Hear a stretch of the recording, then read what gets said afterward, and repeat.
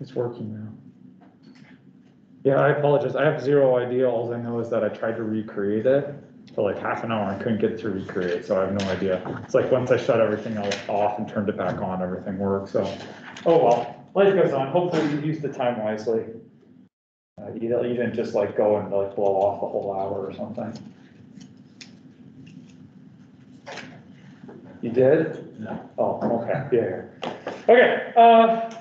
Yeah. So I thought I figured, okay, I should probably backtrack. I meant to record something over the weekend, and then I said, well, I should probably get stuff graded instead. And so I spent time doing that instead. So I left you on Wednesday here. No, to remind you what we were doing. We were trying to, we used Kirchhoff's laws to get an expression for the change in the charge on the capacitor for little time steps. And so I said, well, let's do, I think I did what, 10 millisecond, or was it 1 millisecond? Let me see here. Oops, if I can find my cursor. Can't remember what we actually, okay, so we said 10 millisecond time steps. So every 10, we force the computer to figure out how much charge is deposited on the capacitor every 10 milliseconds. And we ran that for 5 seconds. So you know, we have a bunch of little time steps. And we ended up with this graph, okay, giving the charge on the charge of the capacitor, there we are, the change of charge on the capacitor as a function of time.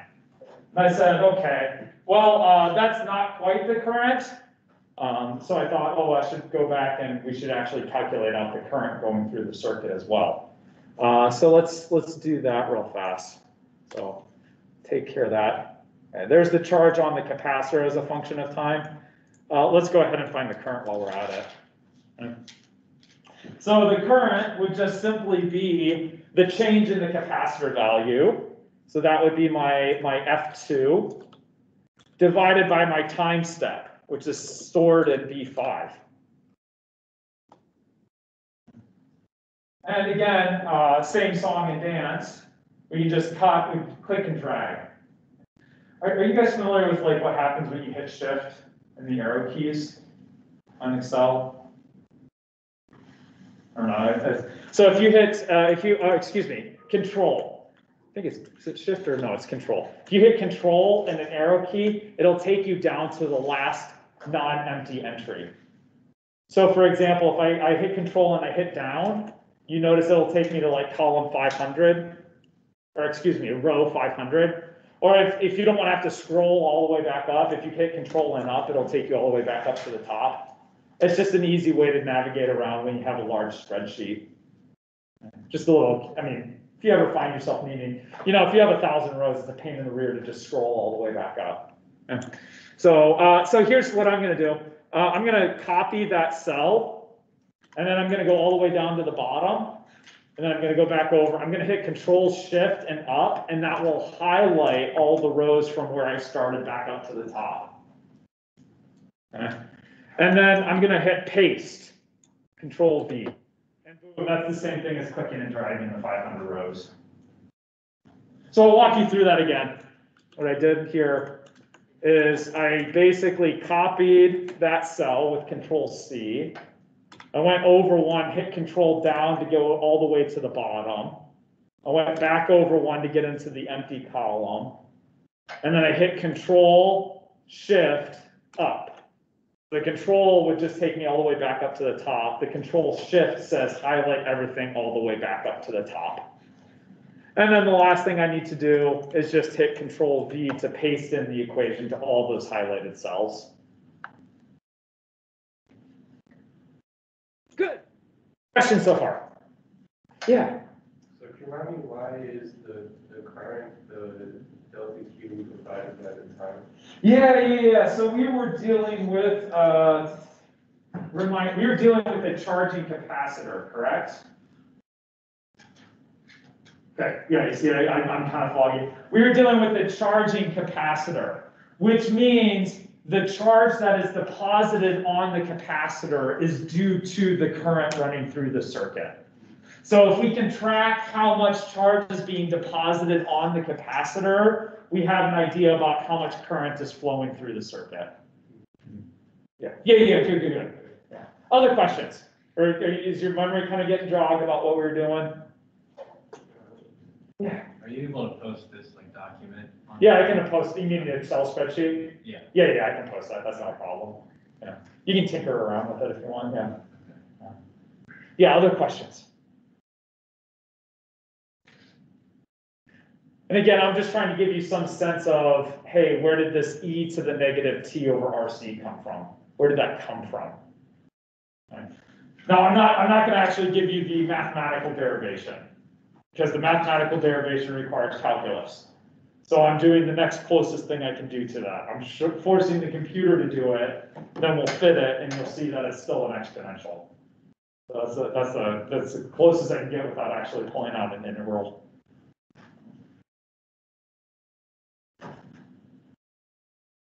Other questions?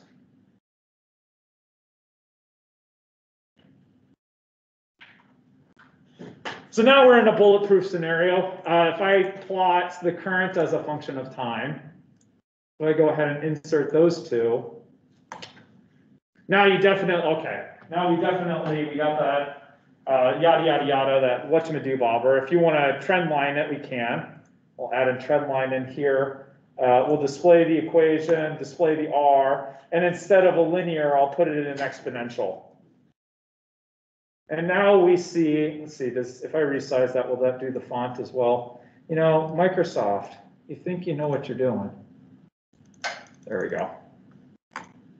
And again, I'll highlight for you the fact of, okay, y represents my current as a function of time. You notice that 1.5 out in front. And then we have the exponential decay.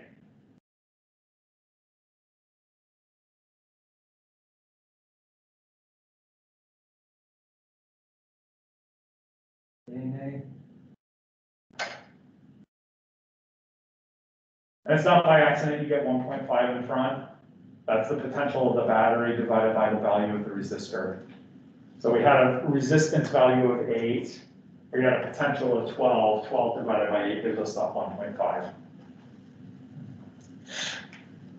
Now the other cool thing about this setup is you're free to change the parameters if you want. Because of how we've programmed in everything, you could change these values off to the side here and see how the graph changes.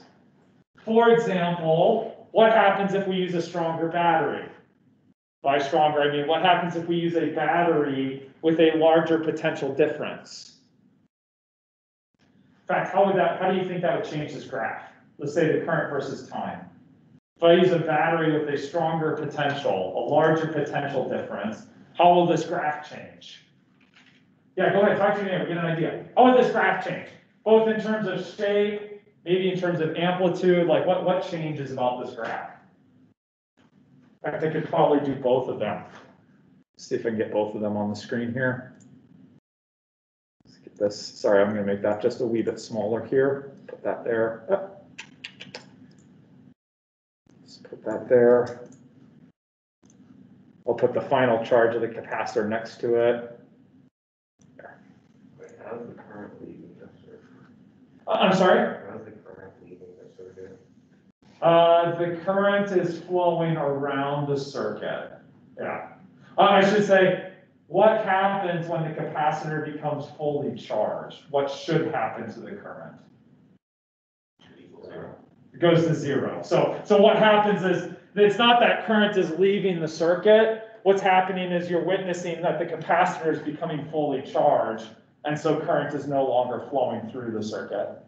Yeah. Yeah, what happens if I change the potential drop of the battery? What should happen to these graphs?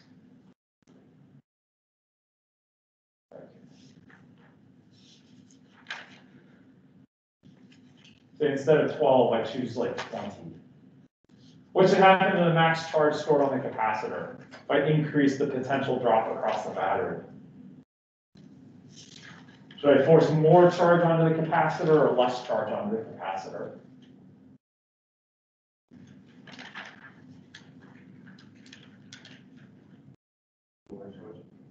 More charge. If I take a capacitor, hook it up to a 9-volt battery, I get some amount of charge on there. Now let's say I take the same capacitor and I hook it up to a 20-volt battery. The potential drop across the capacitor is larger. That should force more charge onto the capacitor. So you should see something like the vertical axis here increase, right? This top, instead of it being at something like 1.5, you should see that go up. Something like that, or whatever that is. Yeah. How about the current? What should happen to the current if the potential of the battery is larger?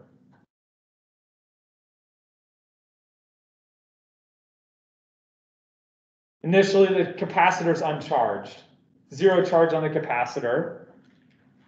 So where's the potential drop occur in the circuit? Across the capacitor or across the resistor?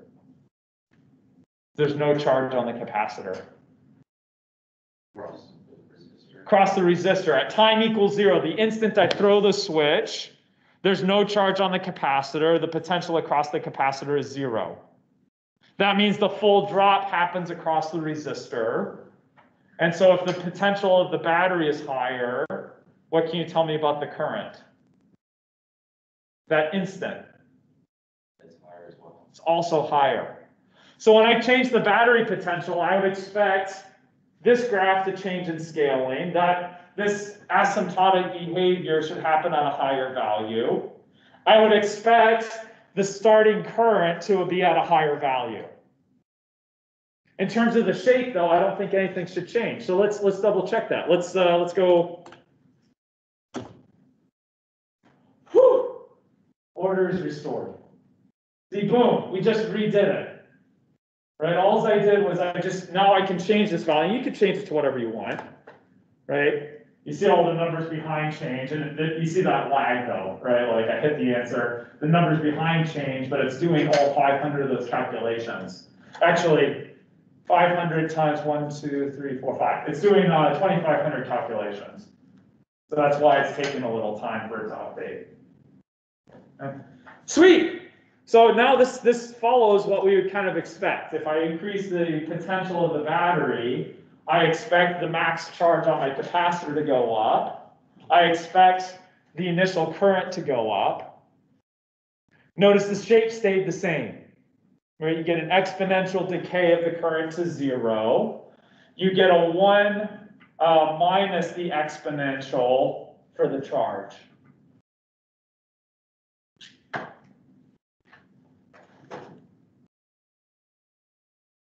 Question. What happens if I decrease the capacitance? So let's now think about keeping the battery the same potential. What happens if I decrease the capacitance? How do you think that these curves should change? Go ahead, talk to me to get an idea. Let's say I take the capacitance, and rather than it being 0.125, let's make it 0.001. Make it really small so we can see the effect. What do you think happens? Go ahead, talk to your neighbor, get an idea. Guess, and then we'll check. Right? I don't really understand what you got. I'm sorry? I don't understand what you. Oh, this right chart is the final charge on the capacitor. So what you're looking at is the charge on the capacitor as a function of time. For this one, for this chart.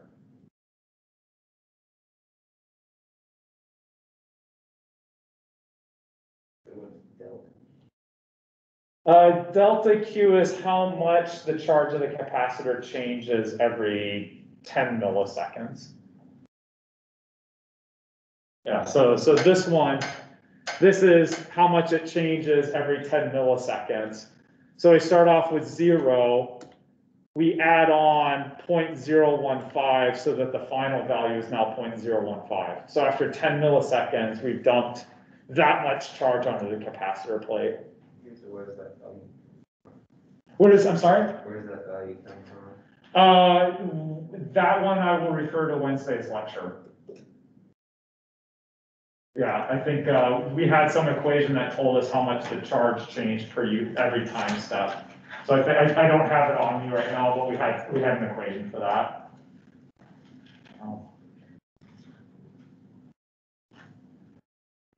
But current question, what happens if I change the capacitance?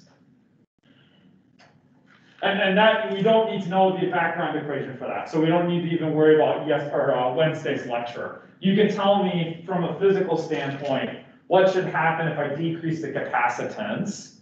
And then I want you to extrapolate what that looks like what will the graph look like? All right. So go ahead, talk to your neighbor, get an idea. What happens if I decrease the capacitance? How does that change what the graphs look like?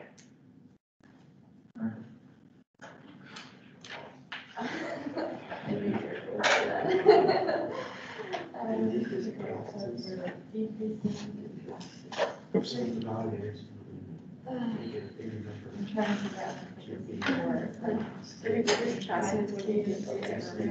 Wouldn't you, I'm sorry?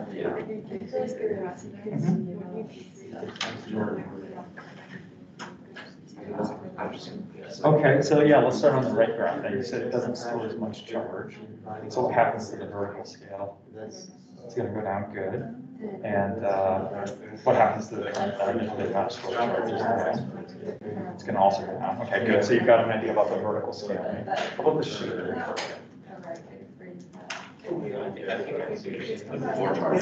Yep. Yeah, that's what I'm asking. Yeah. Does it stay the same? Yeah.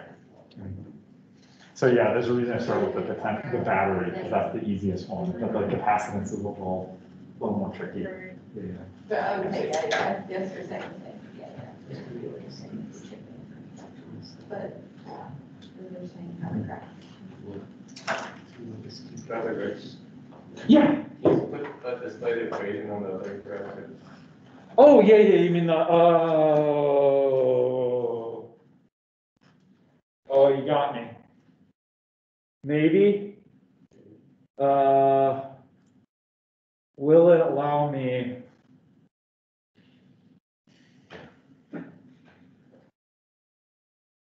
Oh, I don't think it'll allow me to display it. Shoot, let me think about this. Because it's exponential, but it's 1 minus an exponential. I don't think it allows me to, I have to think about how to display it. Yeah, the reason I can't do the trend line on this right graph is because Excel does not have a built-in function to do that trend line. So it does exponential right here, but you notice we don't need an exponential, I need 1 minus the exponential, and it doesn't have that trend line built in. If I do sorry, let me think here. If I do a log, what happens if I do a log lin plot? It doesn't help because it's 1 minus and the logs don't help out with the addition. I cannot. I have to think about that. Yeah.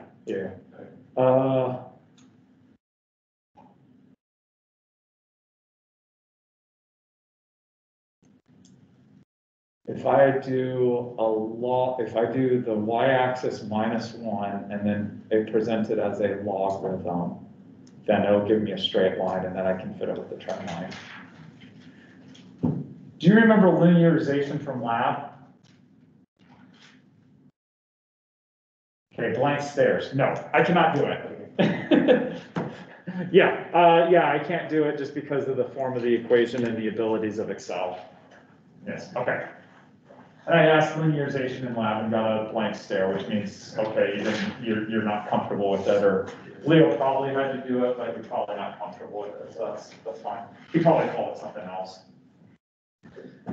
So what happens if I make the capacitance smaller? How will these graphs change? Can you give me one way that these graphs change? Less charge can go on the capacitance.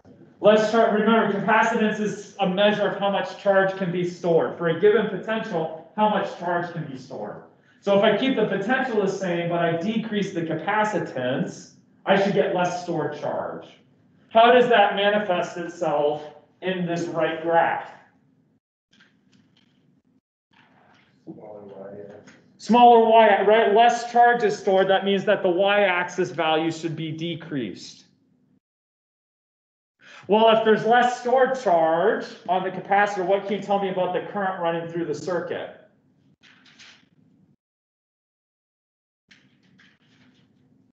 Oh, byline. Let me, sorry. Less stored charge, you get a smaller decrease here. What's the other thing I was gonna ask? Oh, let me ask you this. How about the shape of the curve? You give me an idea about the y-axis scaling.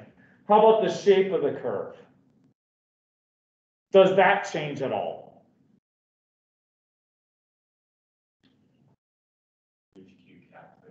It will reach Q cat quicker. So the shape will stay the same, but how quickly, the time it takes, right now I've got it at about 3 seconds. If we decrease the capacitance, it stores less charge, it means it should fill up faster. Right? Imagine you have a faucet that's running, you take a gallon bucket and put it under the faucet, it takes some time. Now you take a cup and put it under the faucet. That cup will fill up faster. So the shape will stay the same, but we would expect the time that it takes to reach the max capacitance to shift, to be smaller. How about over here? What does that mean for the current graph? The current needs to get to 0 faster. The current will go to, because the capacitor fills up faster, we'll expect the current to drop to 0 faster. So let's check it. It's always good, right? Like before you put in the number, think about what should happen. And again, from a physics argument, you don't need the equations, capacitor fills up faster, or should, So let's go ahead. Let's put in, and let's make it extreme. Let's go, I'll make it 1/25th of what it was. Oh, see, it doesn't like that. Oh, good gravy. Oh, you see, I made it too small. Let me make it 10. There. Hopefully, there we go. So now you see it's actually the same general shape, but like we said, it should fill up faster because the cup is smaller. Big faucet, put a cup under it, fills up faster. That is manifested itself of, you also see that the Y scaling here changed.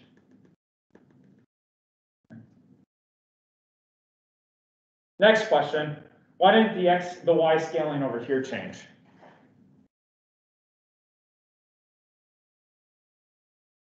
The current has to do with the resistance, not the capacitance. Yeah, the current deals with the resistance and the battery potential, not the capacitance. Okay. So I might have messed up on that when I was talking to you, Sydney. Okay. Thinking about it, I was like, oh, wait a minute. Yeah, this depends on the battery and the resistor, not the capacitance. Okay. So you change the Y scaling on the charge of the capacitor. You change the time it takes to charge. You change the time it takes to drop to 0, but you don't change the amplitude on this one. Good, good, good. How about if I change the resistance? Let's take this back to 0.125.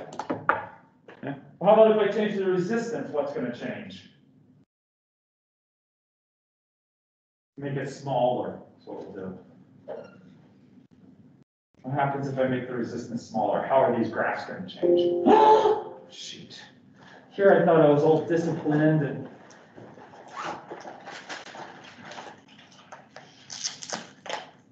talk to your neighbor. Go ahead, go ahead, go ahead. While I panic to get this plugged in.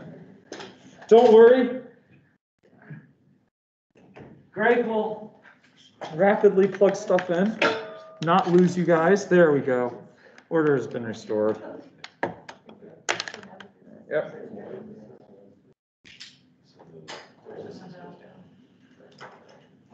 Yeah, let's say the resistance goes down. That's fine.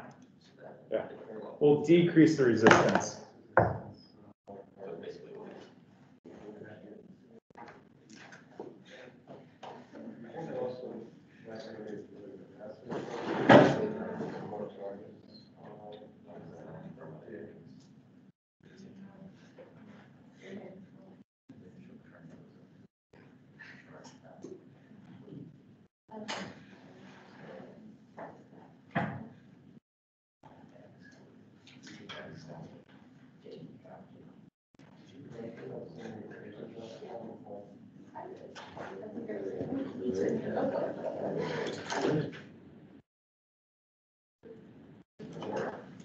Yeah.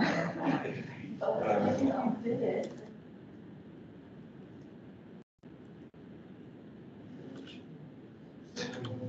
But Let's do it like this. I would like.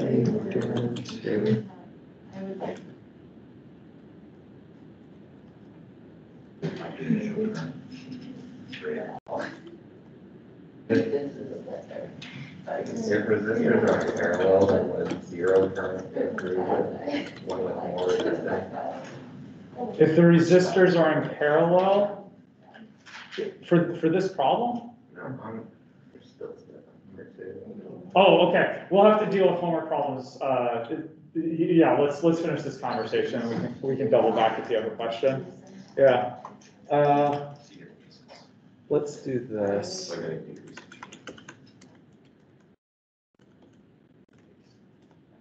That might answer Ben's question, we'll have to find out. Okay, what do you got? If I decrease the resistance value, what happens? Keep the battery the same, keep the capacitor the same.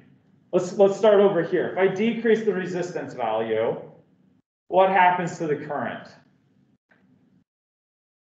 It goes up, right? If I keep the battery the same and make the resistor lower, that means more current should flow through the circuit. So I would expect the Y value here to increase. And more current, the smaller resistor, a larger current should flow through the circuit. Well, okay, how about the shape? And it might be easier to go over here for a second. Actually, let's go over here for a second. If I decrease the resistance, does that change the max charge that gets deposited on the capacitor?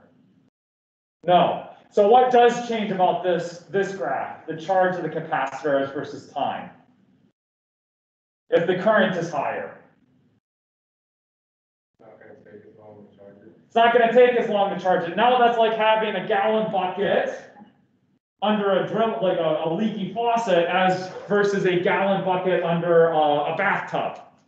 Right? The current is increased, the gallon bucket should fill up faster. So the amount that's stored should not change, but how quickly it fills up should, because the current is higher. So we should see this thing go, again. Now let's go back here. We said the current is higher. We're making an argument that the capacitor fills up faster. What does that mean about the time it takes for the current to drop to zero? It reaches zero faster. This fills up faster, meaning this goes to zero faster. So again, we have an idea. Let's get an idea. So now let's go and plug it in. So I'll just make it 1/10 of the size smaller. 1/10 of it. I'll make it 1/10 its original size. There we go. That's a better way of saying that. Right? 1/10 smaller is multiplied by 90%. That's not what I want to do. Okay. So I'll make it 1/10 the original size. And you notice again, the current jumped up by a factor of 10. And at the same time, we squished our graph. Same thing, right? Reaches peak value faster.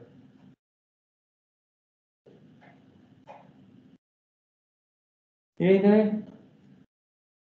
Of course, you could change all of those, right? You don't have to change the battery and the like one at a time. You can change all of them, right? And this will update and take care of that for you if you play around with it. Here's one that I always find fun.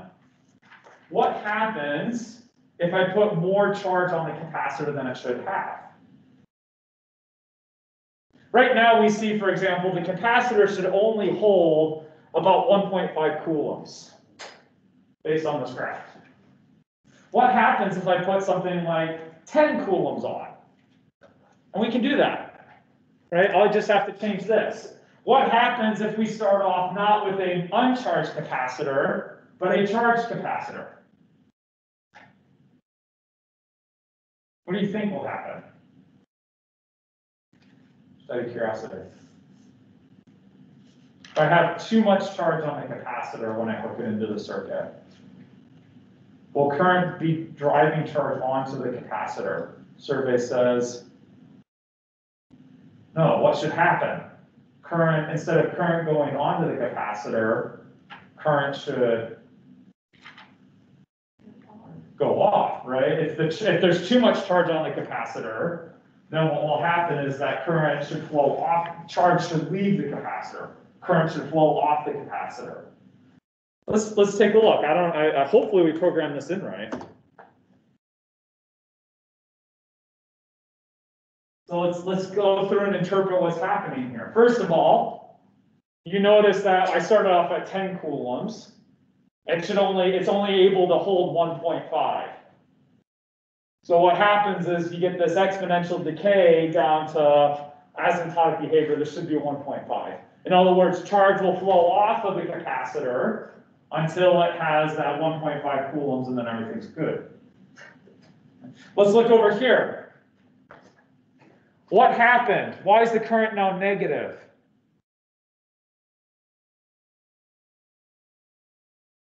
It's falling. What do you mean by falling in the opposite direction? A little bit like normally goes towards the positive. Good. When we wrote the equations, we said that the current is flowing onto the capacitor.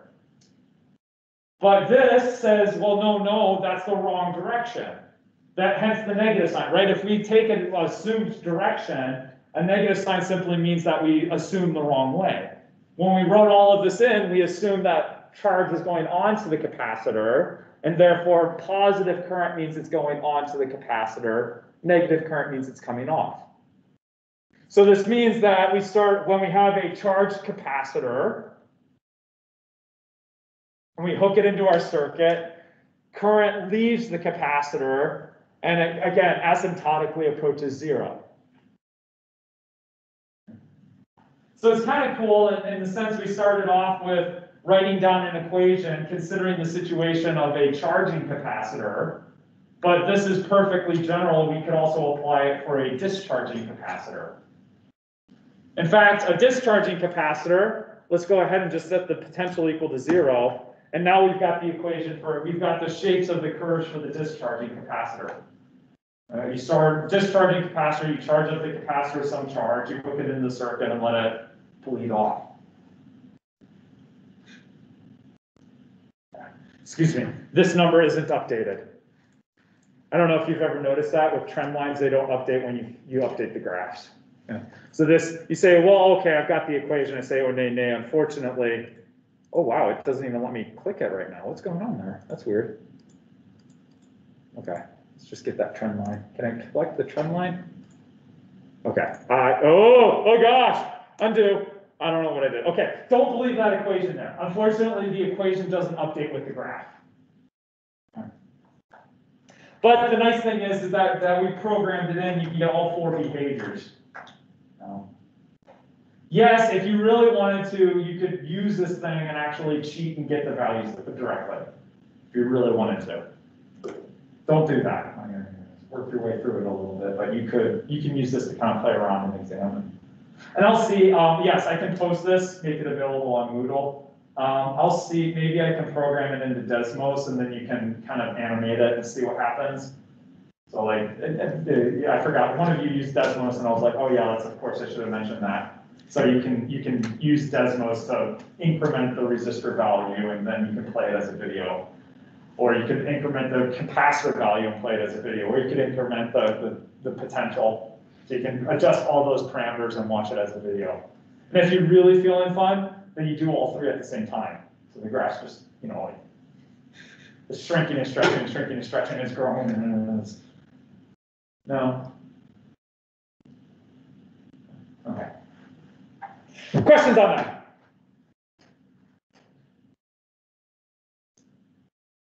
How do you get a value for time equals 0?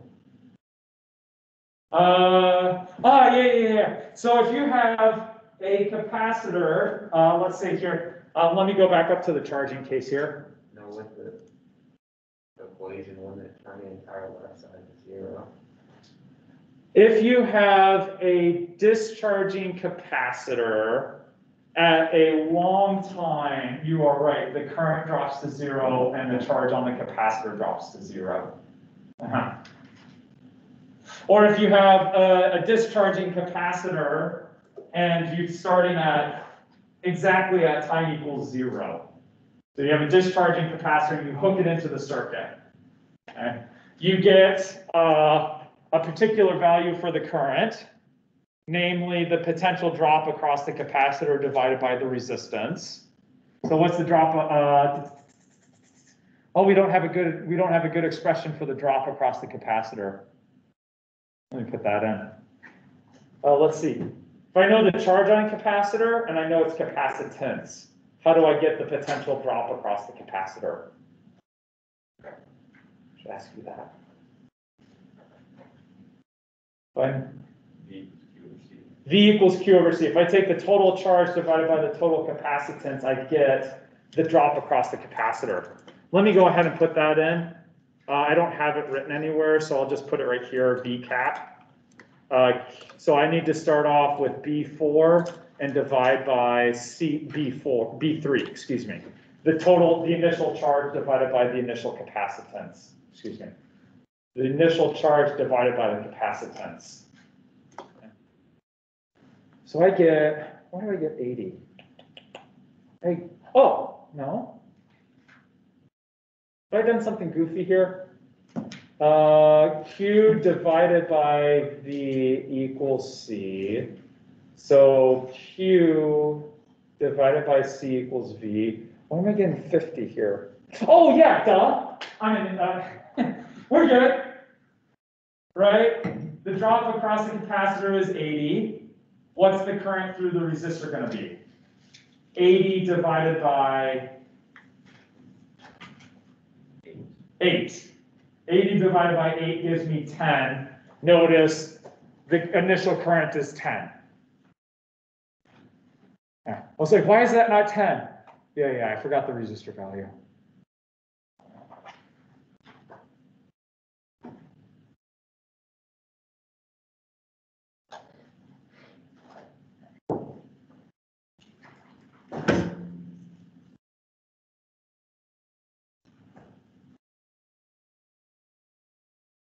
Yay, nay.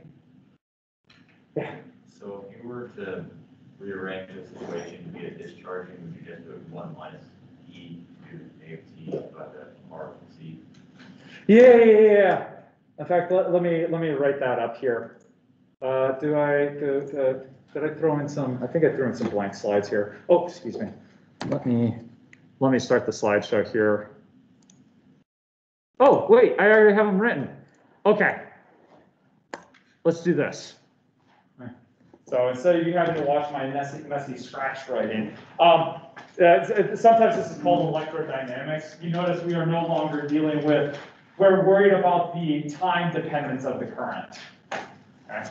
So sometimes you see this as dynamics changing, how the electric fields change. So yeah, if you're dealing with a charging capacitor, the potential across the capacitor is given by V bat 1 minus e to the negative RT. So that gives you, so Ben was asking, oh, can you put a trend line in? Unfortunately, I cannot, because Excel will not, okay, wake up. Excel does not have this function pre-built into its fitting process. It has it can do an exponential. What it cannot do is 1 minus that exponential. Okay. So that's why I can't do the fitting process. I would have to trick Excel to do something different. So how do we do the? I'm sorry? So how do we do the graph? How do you do the graph? Yeah, is that a different equation? No. This is the equation. Excuse me. Yes, this is the equation describing. Did I close it? That equation describes, let me get a charging capacitor back in here. Something like this. Let's make this 0. That equation, that 1 minus e to the negative t over RC, describes this shape right here. So as time starts out at 0, let me go back to the, sorry, I keep bouncing back and forth now. So at time equals 0, e to the 0 is 1, and you get 1 minus 1, so you start off with 0. Excuse me. Small byline. I've got it written as the potential of the capacitor. bear in mind the potential of the capacitor is simply the charge divided by the capacitance. And so if this is the potential across the capacitor, you could similarly think of the charge as a function of time across the capacitor is the battery times the capacitance times this 1 minus e to the negative t over RC. So I'm sorry, I'm flipping back and forth between the charge and the potential. The only difference between the two is that if you're doing the charge, you have to scale the y-axis by the capacitance.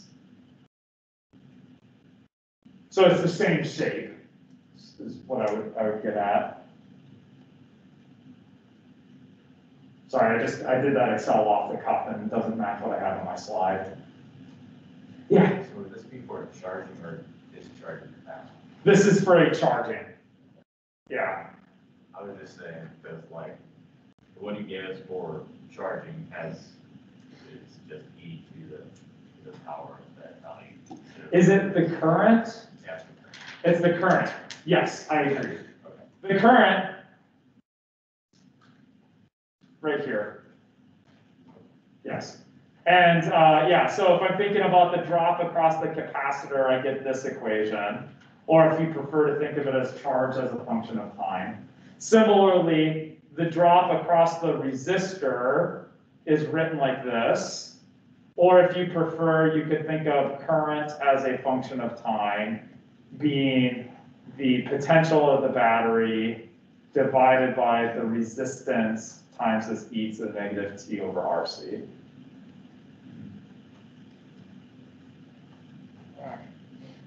Yeah.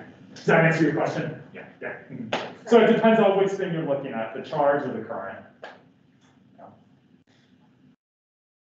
Now, my recommendation is I can never keep these, well, you saw I screwed it up, right? I was thinking about it off the top of my head and I screwed it up really fast on Wednesday. I think it was Wednesday.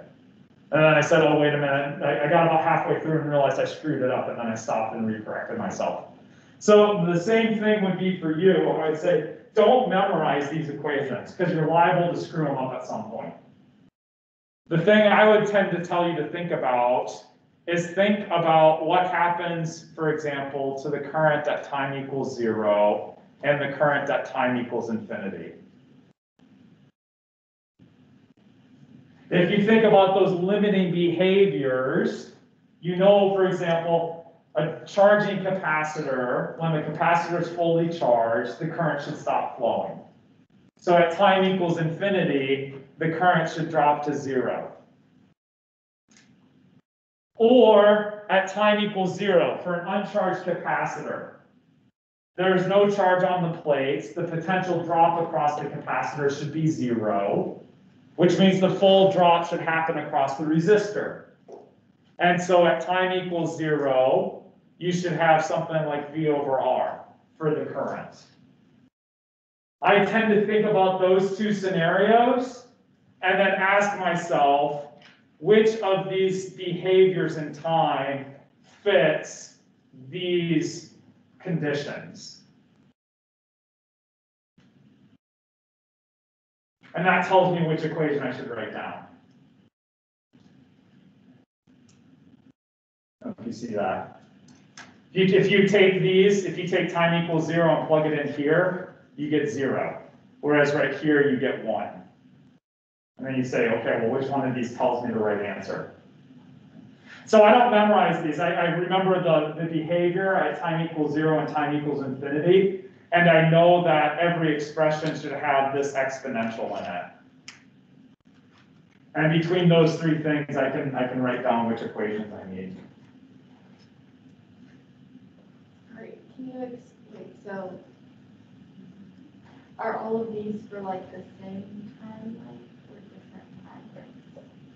All of these expressions, let me get all these all of these expressions describe the behavior of a charging circuit at any point in time, for any value of time.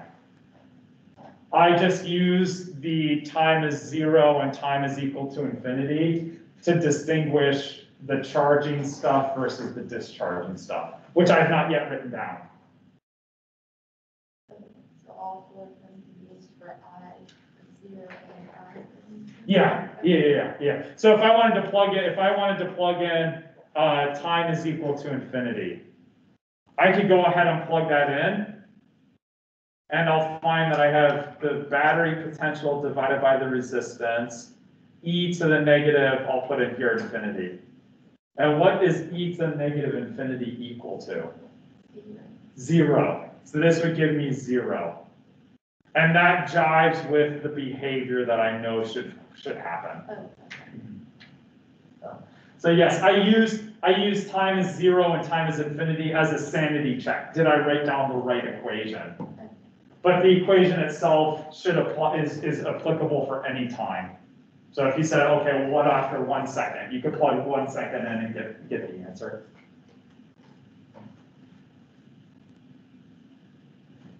Other questions?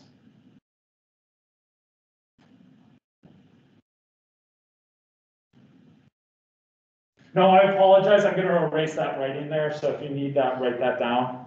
But I'm going to erase it because I have some animations that come in behind that. So for clarity, I'm going to take these out. Get rid of this. Get rid of this. Get rid of this. And I'll put in the discharging set. Okay.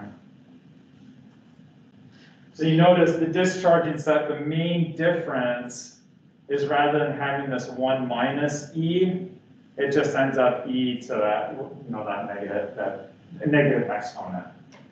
Okay. And that's why I say I like to think of the behavior at time equals 0 when time is infinity, is because that helps me distinguish which one of these equations do I need to be using. Now, yes, you can remember charging situation is this one, discharging is this one. You're liable to make a mistake at some point. In fact, I'll bank on it. If you're going to take some standardized test that's going to try to test you on your physics knowledge, they'll try to get you to use the wrong equation. If you don't know what you're doing, this is a 50-50 toss-up right away, right?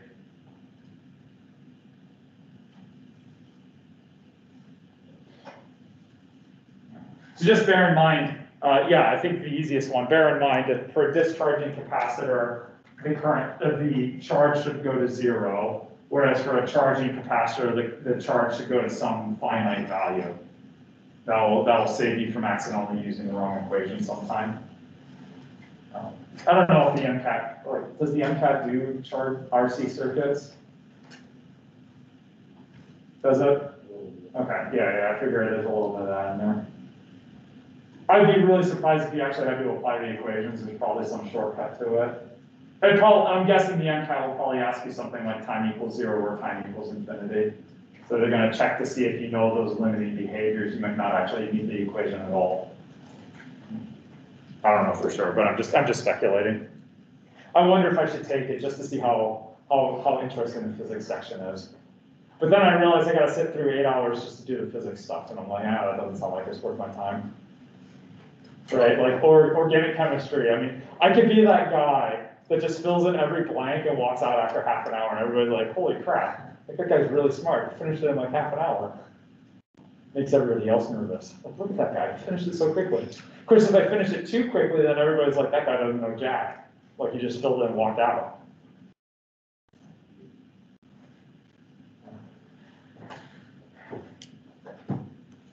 Questions? Yeah. So it shouldn't be 1 minus e to the negative c for the current in the discharging? In the discharging, no. And again, it's not that it's flip-flop. I mean, temptation is that it's flip-flopped, right? Like this one becomes that and this one becomes that. That is not the case. And the easy argument for it would be for a discharging capacitor, where does the charge come from? Where does the charge that's running through the circuit come from? The charge that's on the capacitor. If there's no charge left on the capacitor, what happens to the current? 0, right? If there's no charge left for the capacitor to run through the circuit, then the current has to also drop to 0. Yeah. So it's not that they're flip-flopped, it's that they're both exponential decays. For this one in particular, because the charge that runs through the circuit, the current running through the circuit comes from the capacitor itself. So you expect to see these both the same as exponential decays. Which again, if I went back to yada, yada, yada, you see, let's see, let's just call this 10, we'll call this 0. These are exponential decays, one starting from negative and going to 0, the other one starting as a positive and going to 0. And so those are both, e to the negative yada, yada, yada, yada.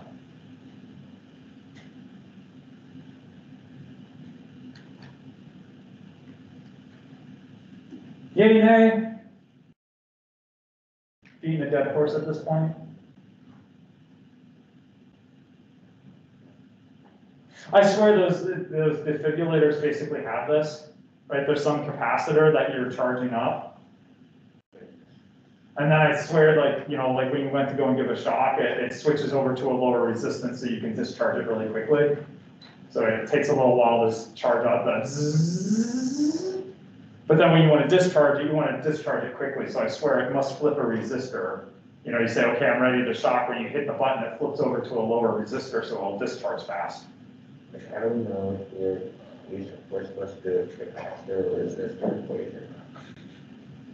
For a given problem, it depends on what's being asked. So if you're asked for something like the current, you want to look at the potential of the resistor. Whereas if you're asked for something about the charge on the capacitor, then you'll want to look at the potential on the capacitor. So it depends on, are you looking at a current through the circuit, or are you looking at a charge on a capacitor? That'll kind of dictate which one of these you want to look at.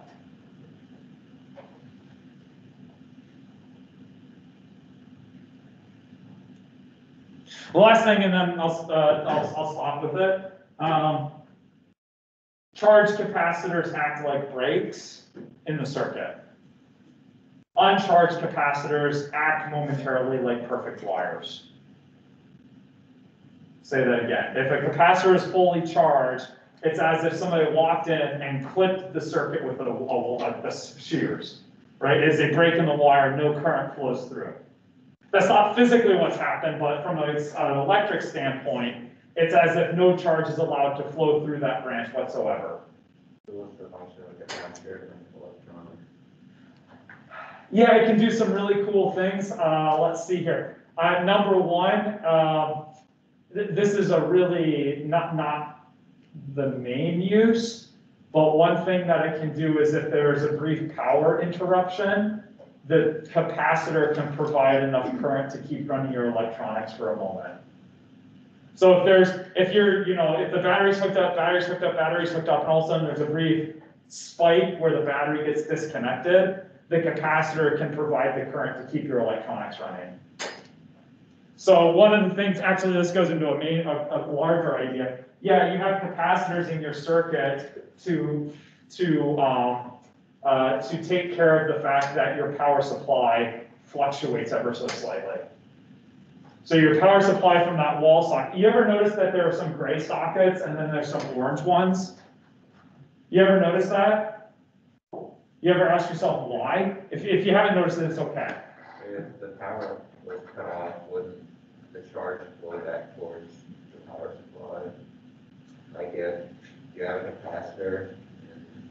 Oh, yeah. So there's probably, if you have a capacitor in a circuit and the charge cuts off, imagine the charge gets disconnected. Yeah, it would.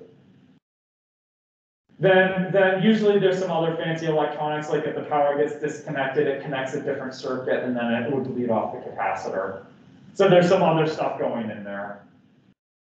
Because I was thinking of that, like, there's still charge on the other side, it would flow back towards the power supply. Yeah.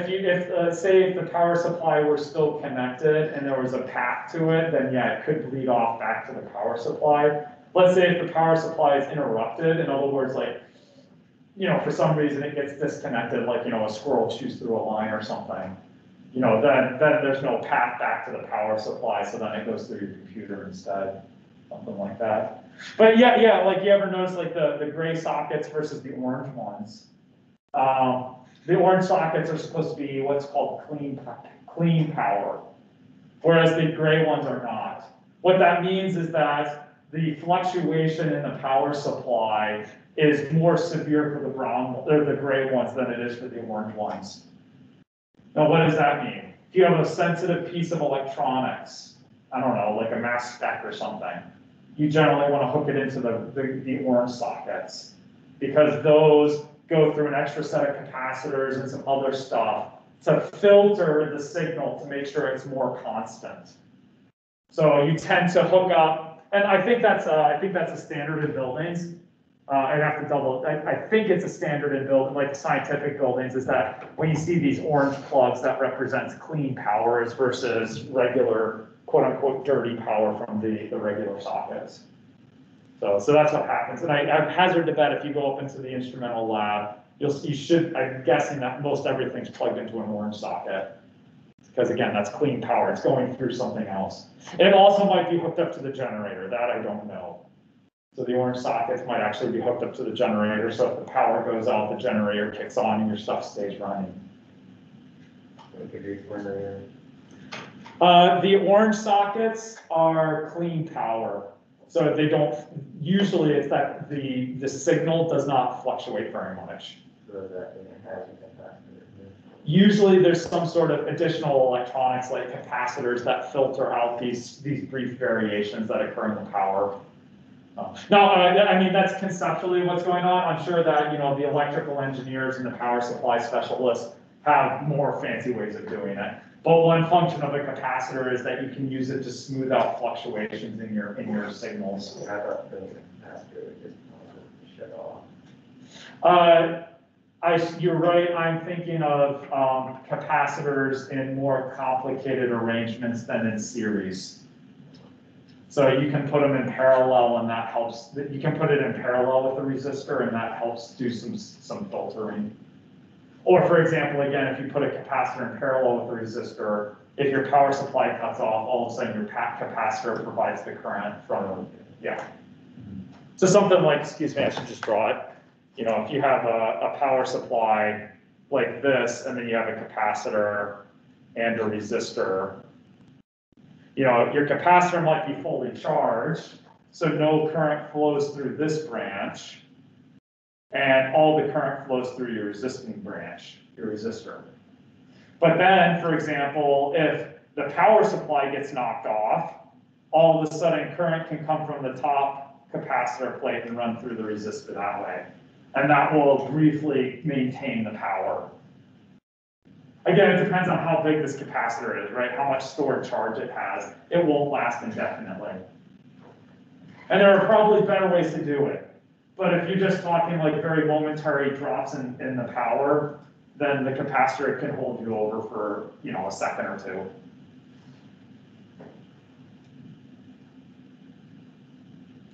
Or if you have really sensitive electronics that have to stay running the whole time, you can use this to filter out blips in the power. If it drops and then comes back on really quickly, then this will filter out those blips, keep your electronics running. Something like, I don't know, a bank security vault or something like that, right? The power blips. You don't want all of a sudden all the locks undo and you free for all. We can Ocean 9 this, Ocean 10s, Ocean 11s. The Grade 5. You can Grade 5 this. I promise I will not shoot you in the back once you disable the security system. I promise I will not hit you with the bus. I can't remember what else happens. If one guy gets shot by the bank vault, right? Like he goes in and, does he die? I don't remember. You're talking about like Dark Knight? Yeah. It's going through, I was waiting for somebody to catch this. Like, what are you talking about? I do not know how to scuba dive, so somebody else will have to crack the safe by hand. Get all the gold bars. Italian job. Seems like a lot of bank heists. Questions?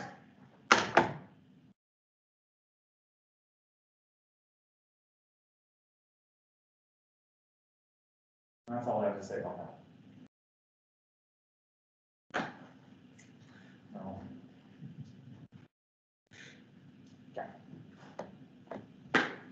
Yeah, question for you. Cross products? Does it ring a bell? Right-hand rule? Did you actually do cross products algebraically, or did you just leave it with the right-hand rule and magnitudes? I'm just trying to get a feel for where I should start. Did you think that cross products would go away and you'd never have to deal with them again? Okay. Yeah. Oh, nay. Oh, nay. Yeah. Okay, this gives me an idea. So you basically, when you're dealing with cross products, sorry, and correct me if I'm wrong, I'm just trying to get a sense of where you are. When you deal with cross products, you're probably doing something. So the pleasure of cross products generally come in as torque. So when you're dealing with torques, let me just do it variables. Torque, you're doing something like R perpendicular F. Is that right? Or you did something like torque is R times F perpendicular. That ringing a bell? Okay. Or maybe you saw it as R times F times the sine of the angle between the two. Okay, so I'm seeing some nods on there. But you definitely did not see it as R cross F. Okay, good. All right. That tells me where I should start. Okay. So these three interpretations are fair game. This one is not. Okay. Yeah. You probably didn't do anything with determinants or anything like that. Okay, good. All right. Yep, that tells me. Yeah. Okay, quick. You remember the right-hand rule? Let's start there. Because bless you. The nice thing is that these expressions, if you're trying to calculate the torque acting on an object, I should ask you torque.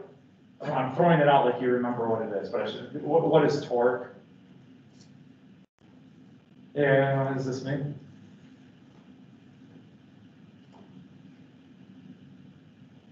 The different meanings. Right. What does this mean? Good. So you have, mainly when you're dealing with 161, probably the first 8 weeks, maybe even longer, you're dealing with what causes objects to undergo translational motion. In other words, they maintain the same orientation and they simply slide or shift from one location to the other. Then, after you spend 8 to 9 weeks banging your head against a wall, and you say, okay, I finally got everything. I understand momentum, I understand energy, I understand kinematics. Then we say, good, now you need to consider objects that maintain, instead of considering objects that maintain their position or their orientation and slide, now you need to think of things that stay in the same location but rotate. And that's where we introduce these ideas of rotational motion. The center of mass stays stationary and you rotate about the center of mass. Okay? And that's where you get ideas about torque. So torque is a force that causes an object to rotate. So the question is, you've got an expression here that tells you the magnitude. These expressions, all of them, will tell you the magnitude of the torque. Unfortunately, torque is a vector, which means not only do you need to know a magnitude, but you also need to get a direction. The question is, how do you get the direction? How did you get the direction for the torque when you're dealing with an object that's spinning? Right-hand rule. The right-hand rule. Well, explain to me, You curl your fingers in the direction of the force, and then wherever your thumb points is the direction it's going. Okay, good. So does this sound familiar? You take your fingers, you curl in the direction of the force, your thumb gives the direction of the rotation, or the torque, if you will. And that's probably the weirdest thing, is that the torque is always along the rotational axis. All right, if you take this door, for example, take the door in the back left. you can imagine when you're leaving, the rotation is going to be going this way, right? The hinge, you're going to go around like that, and so the torque is actually going up. Notice it's directed along the axis of rotation, along the hinges, if you will. Yay, nay? Or like this door, same thing. Right, this door, the handle's over on the left-hand side, so when I open it, it will rotate and the torque is actually going down. Again, notice though it's along the axis of the hinges. So the right-hand rule gives you directions when you're talking about torques. The direction is always along the rotation axis. Incidentally, have you ever noticed that your coordinate systems obey the right-hand rule? I don't know if you've ever noticed this. Right? If I take 3 dimensions, if I say that the x is this way, the y is this way, the z direction always has to be up. One way to find that, take your fingers, point it in the x direction, take your palm, point it in the y direction, your thumb gives you the z direction.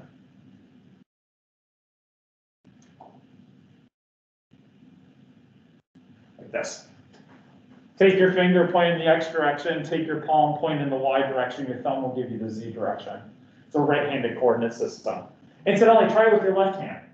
Put your fingers in the direction of the x, put your palm in the direction of y. You notice that your thumb, if you use your left hand, is not going up, it's going down.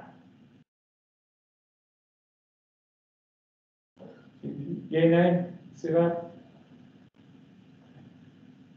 It turns out that your left hand is not the same as your right. In fact, you know this already, but there's no way that you can orient your left hand that it perfectly overlaps your right hand. Right? The thumb is always in the opposite direction. If you can get everything else lined up, the thumb's always the opposite way. Yeah. The only way you can do it is a mirror reflection. Right. Yeah. So your coordinate system is right-handed. Where do you run into this? Let's think here. Chirality? Does that sound familiar? What is chirality? Or chiral? I don't know if it's chiral molecules or, yeah. What does that mean? It's the same if you can flip it on the side. Like it's a mirror image and it's superimposable. It's a mirror image, then superimposable. That sounds familiar. Right? If they're superimposable if I take a mirror image. That's what you have with your hands. Right? Superimposable if you could take a mirror image. If I could mirror my left hand, I would get my right hand. Right? I put a mirror right here, my left hand then looks like my right hand. Chirality is based off of handedness. So you get chiral molecules, you'll get a right-handed molecule or you'll get a left-handed molecule. Right? And sometimes it's like right-handed ones are fine and left-handed ones are terrible.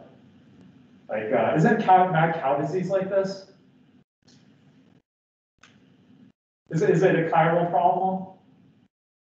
I feel like if something like mad cow disease, it's a prion that's left-handed, whereas if it's right-handed, it's harmless if it's a right-handed one, but if it's left-handed, then it's like mad cow disease or something like that. You'll have to look it up for me. Okay. So anyway, I'm just going into handedness bit of that. But so the important piece is that yes, you have a choice between right-handed coordinate systems and left-handed ones. As a society, mathematicians, physicists, chemists in general, we have all decided that we will use the right-handed coordinate system. Hence the origins of the right-hand rule. The right-hand rule is how we have decided that we will set up physics so that torque obeys the right-hand rule. Now, the last byline, if you don't remember the right-hand rule, go back and review it.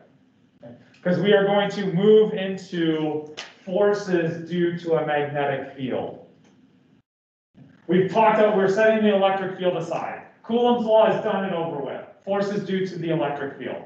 We will now introduce a second concept, forces due to the magnetic field. Unfortunately, by nature, the forces due to a magnetic field obey the right-hand rule. So it's inherently three-dimensional. So go back, review the right-hand rule, kind of refresh your memory on it. We'll start there on Wednesday. Okay? Hey, have a good week. Have a good start to the week. I'll see you Wednesday.